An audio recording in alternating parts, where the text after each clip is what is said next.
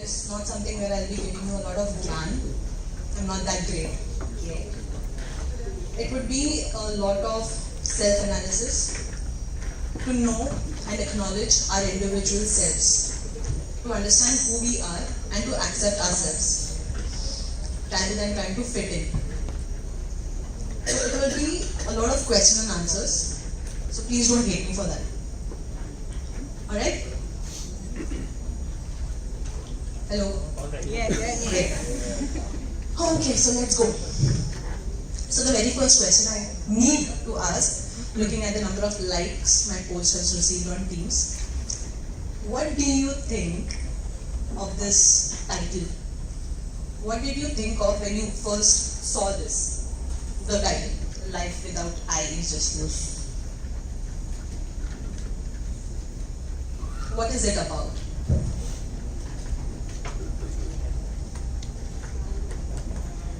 Nothing? You didn't see it? Sorry?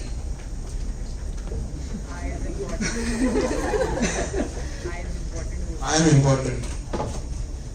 I like that. Any other answers? Somebody pinged me asking whether it's on self-confidence. My manager thinks it's about suicide. It's okay. Let me just answer it for you.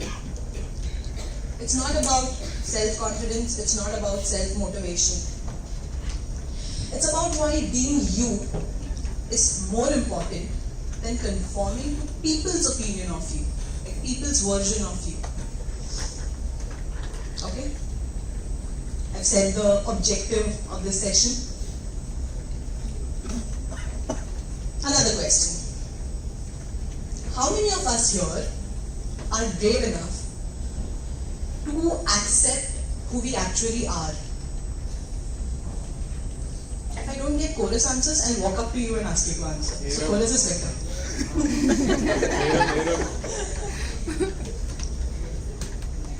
Okay, at least let's raise hands. How many of us are brave enough to accept ourselves the way we are? Amazing. Amazing. So when I say ourselves, it includes our weaknesses, it includes our insecurities, it includes our shortcomings, it also includes our undeniable strengths and our expertise that nobody can take away from us. Right? Yes. Okay? Okay. So, coming to my next question. Who are you?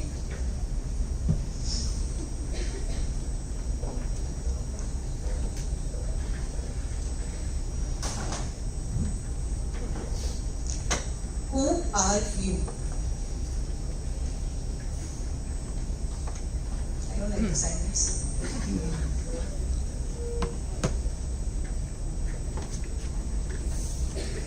I am someone who has a voice. I'm really happy with that answer because I was about to say that I don't need your name, I don't need your designation, I don't need your roles, but I do like that answer. So he's somebody who has a voice. Who are you?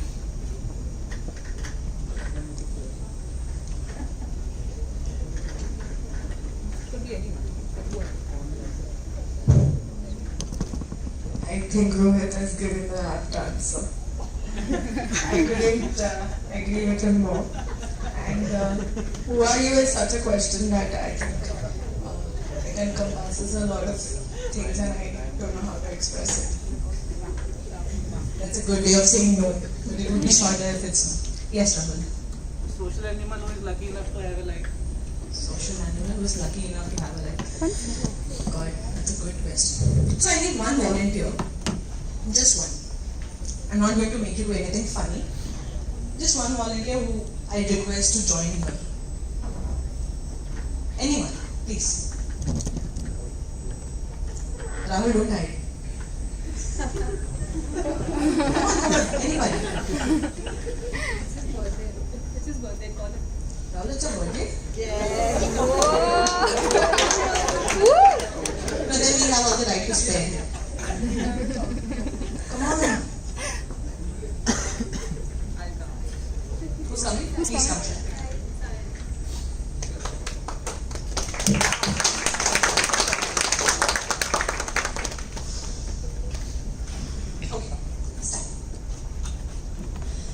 you're standing in front of a mirror.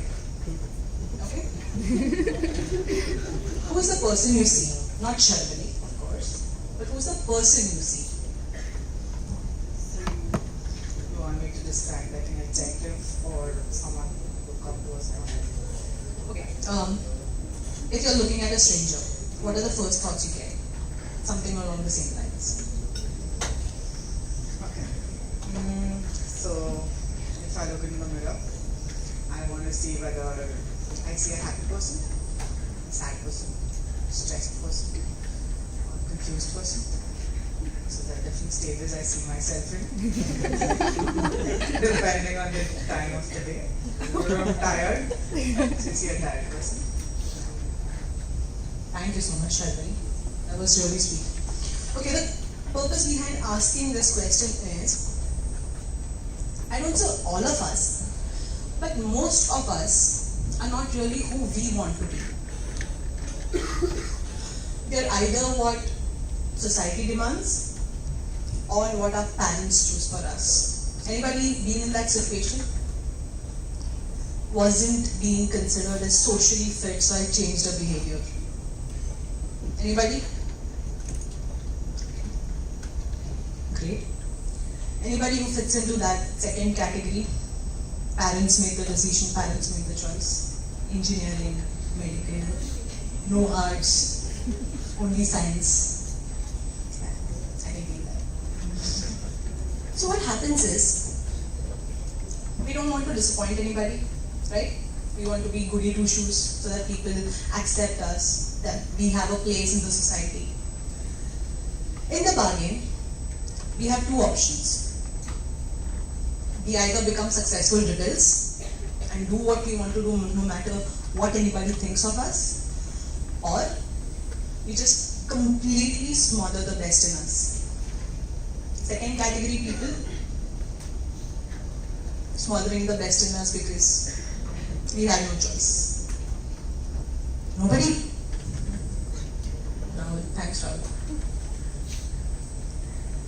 Right, so what we do is we start accepting the version of our individuality that people have decided for us. We have no bias. Usne bola, that's why I'm like this. And eventually we bury our real selves alive. Dead. Going on to the next question. How do we perceive ourselves? Now, it's a different question, right? Who are you and how do you perceive yourself?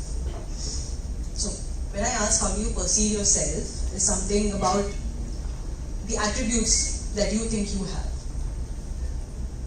Who would answer this for me? I'll go this side. Everybody's looking away. Sagar, please.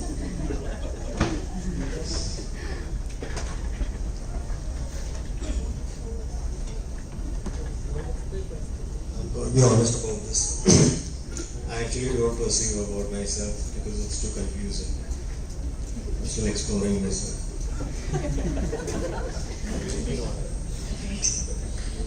Anyway, since I'm not going to get better answers, I'll just ask another question. How many of us have been bullied at some point of our lives? That's a majority. Now, you'd be thinking, where did this come from, right? So I'll just give you a brief explanation of two things. So there's teasing and there's bullying. Teasing is something which is like a social exchange, which can be either neutral, negative, positive, depends upon how it's done. And if it's done correctly, many times it could be positive. Like it's safe to say that it might be a form of constructive criticism. Bullying, on the other spectrum, is a completely different thing, which is super severe, has major psychological effects that last for life, right? Here we don't understand that both the parties are vulnerable, the bully and the person being bullied.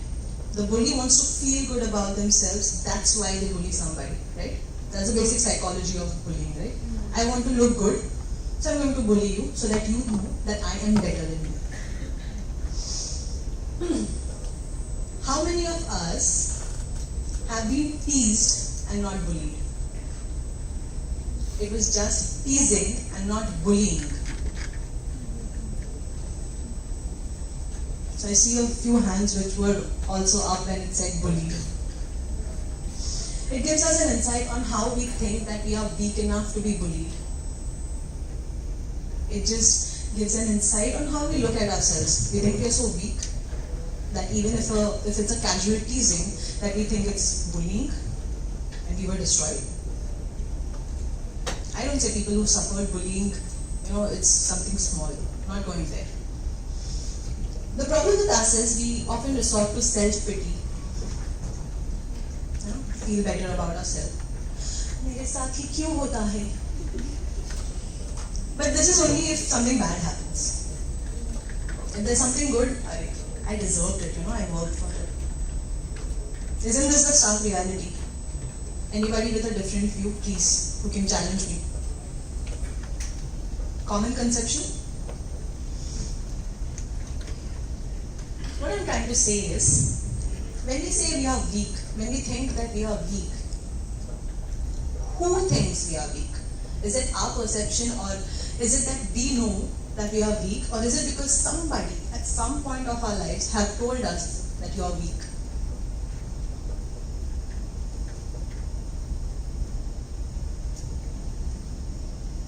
First option, it's better this way. Don't answer, I'll have to take polls. People who know for a fact that they are weak, they know themselves, they are weak. Good. People who were told that you are weak.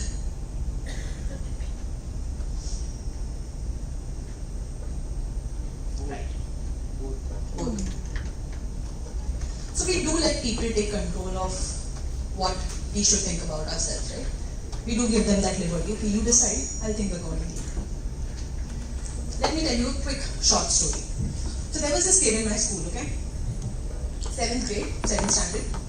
There was this elocution competition. Brainy child, knows a lot, made his own content, did not refer to books, came up with good stuff. So he was the third one to go onto the stage. So there was this one already presenting, there was another one, and he was the third one.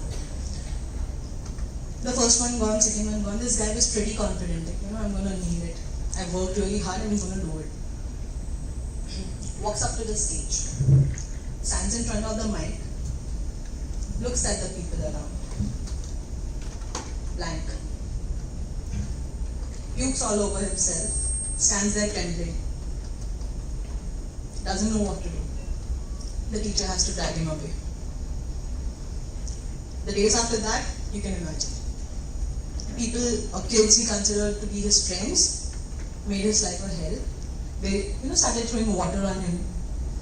If you can handle your puke, you can definitely handle some water. He was teased, he was mocked. His friends ganged up against him. Destroyed his confidence. 7th grade, you can imagine how young the kid was. Fast forward 9th standard. Same situation, elocution competition, prepared, thorough. Walks up to the stage, in front of the mic, starts speaking, looks at the people around, forgets, fumbles, stands there trembling again. Teacher has to drag him away. Next year, there was an inter-school debate going to happen. Alright? So the teachers were sure that this kid is brainy, has great ideas, so he needs to go. But who would accompany him? Someone who has to speak, someone who can put those ideas and points forth. So they paired him up with somebody who was loud but empty. They go to the competition, they give their best, but they don't win. Because loud and empty was greater than the ideas. This kid went back, into a shell, stopped coming out of home, stopped meeting friends, stopped living. Fast forward, first year of graduation. There was some event happening in his college, and he was sitting among the crowd. Most of us do, right? So he sees these few people who are facing the crowd, who are making the program progress. So he thinks to himself, there was this person who was anchoring or hosting the program, like we have the MCs, right? So he thinks to himself, I can speak. I can articulate well. I am a good speaker. And one day, I really want to be there. Days pass. There's a new academic club formed in the college. He's a part of it. He thinks, okay, this is the right time for me to bring out my strength. So during the inauguration of this particular club, he said that, I'll do the anchoring or hosting. So the teachers were fine, the script was made, everything was ready. He goes onto the stage, starts the program, and then the principal was to come to address the participants who were present there because they'd arranged for some series of competitions. So this person asks the principal to come, she addresses the gathering, goes. Now when it's his turn to get back on the stage, he forgets his script. He walks to the stage and just stands there, blankly staring at people. Then he asks, aren't you charged? Nobody knew what he was talking about. He asked them, aren't you encouraged or enthusiastic enough after listening to the principal's address? Nobody said anything. He then said, had I been in your place, and this was the principal's word, I would surely be pumped up to win this competition. That's when he received a round of applause. That's when people realized that he's being spontaneous.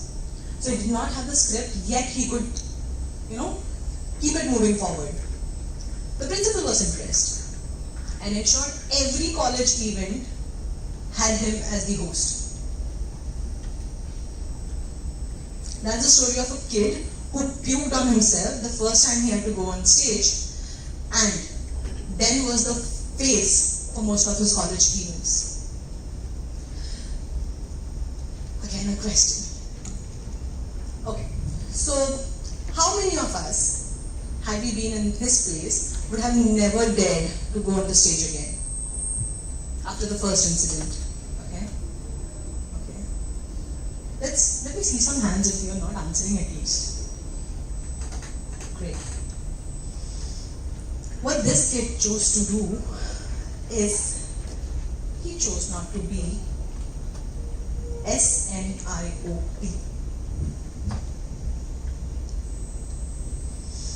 What's SNIOP now? No, I'm not asking you because I know you'll be clueless. SNIOP simply means susceptible to the negative influence of other people. He was told, you shouldn't do it, you don't have it in you to go on the stage again. You shouldn't. Just do what you do, just don't venture into places that it's not meant for you. He was told. But he chose not to be this. Alright, so having said this, I have a small video for all of you. I want you to listen very carefully, very, very carefully, and then I'll tell you what is to be done next. I see people yawning. It's not boring, don't worry, the video is good. Should I play it?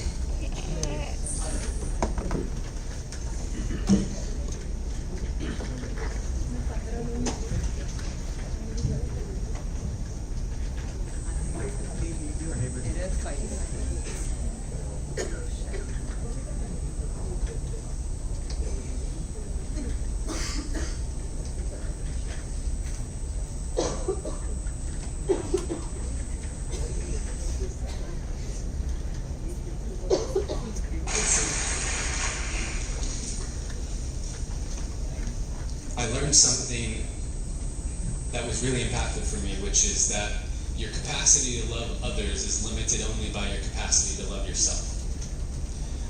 And that's what inspired this piece of poetry, which I call, You Are Who You've Been Looking For. You are who you've been looking for.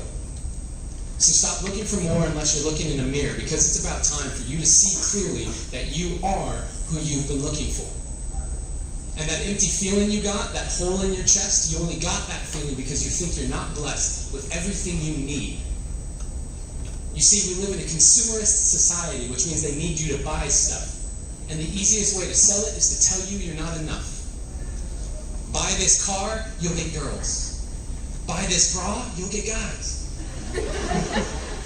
And we're seeing it so much that we start believing these lies. But the truth is, the makeup they're selling to make you feel prettier is the same makeup you buy to stop feeling shittier about this lie they keep telling you that you are not enough.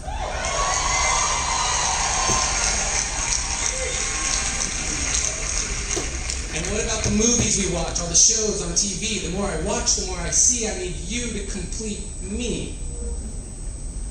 And yes, love is the answer, love is the key, but if you can't love yourself, how could you ever love me? And loving yourself, what does that even mean? Like massages and selfies and that sort of thing? Because the more I think about it, the more it feels weird. I've always been taught that self-love was something to be feared. I've been taught that arrogance is bad and vanity, it's not good. And even my bracelets are telling me to act how Jesus would. So what should I do? How should I act? I'm supposed to love myself, but how do I even do that? Well, I got a trick that I picked up from a friend who noticed that I was quick to defend her when she would say something negative about herself. She would say, I'm so dumb, and I'd say, you're so brilliant. She'd say, I'm so weak, and I'd say, you're so resilient. And when she said, I feel ugly, and I said, you look beautiful, she asked me why I was so dutifully filling up her cup constantly, and yet treating my own cup so irresponsibly.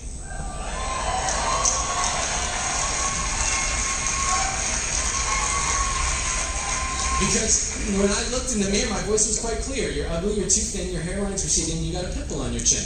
And that was when she gave me a piece of advice that changed my life. She gave me a hug.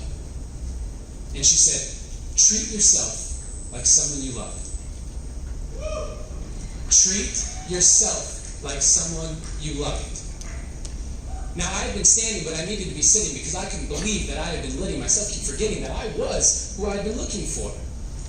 And deep in my core, I knew it was time to stop looking for more until I could look through all my fear and look into a mirror and see clearly that the man looking back at me was the only one who can make me happy, and I am already enough.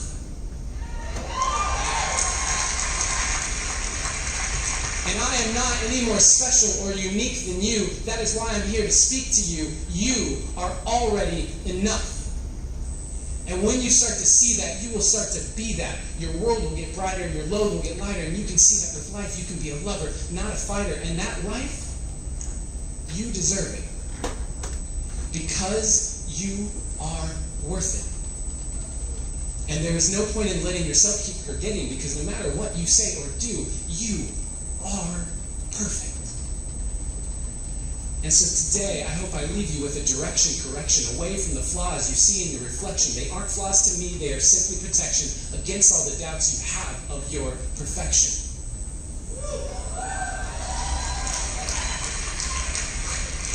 So start today. Take a good, long look in the mirror and say, I am who I've been looking for.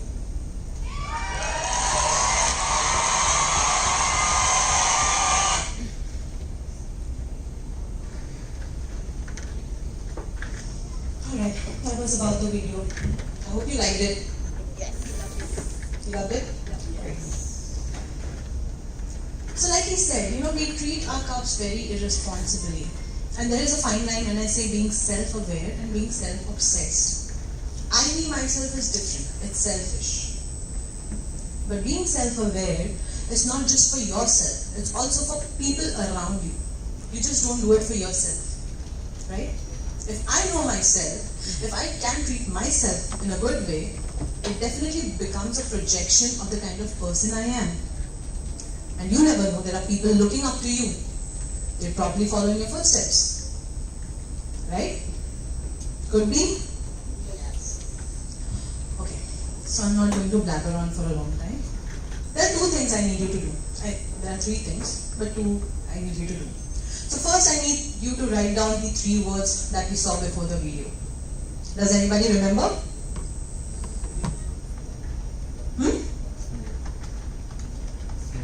Is it that boring? Yeah. SNIOP. Remember that. Alright. I need you to write these 3 words down. Never be SNIOP. On a post-it or on anything and pin it to your desks. Look at it every time you've been told that you cannot do it. Or every time you feel that, hey, I cannot do it because I've been told I cannot do it. Can we do this much? Yes. Can I take a walk around your desks later then? Trainer out of you. The other thing I need you to do is the question I asked in the very beginning of the session. Who are you? Can you answer it? Not for anybody else, but for yourselves. Yes? If you want to share it with me, I'll be more than happy to receive responses, but it's for yourself. Would you be doing it? Yes? Okay. Towards the end, I just need you to repeat the following that I will say out aloud. Everybody awake? Yes. Everybody here? Yes. Shall we begin? Yes. I am smart. Repeat. I am smart.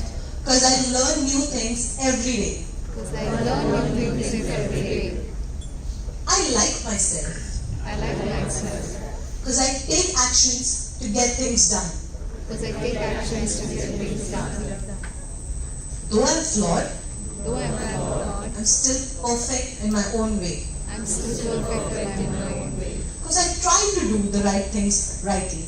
Because I try to do the right things rightly. Finally, I am happy as me. I am happy as I am. Because I choose to be happy. Then find joy in those little things that keep you going and never lets you give up. And keep going. Keep doing the thing you do best. Thanks, guys. Thank you, Surabhi, for this amazing session. A copy of the session will be available on Teams. Thank you and have a great evening.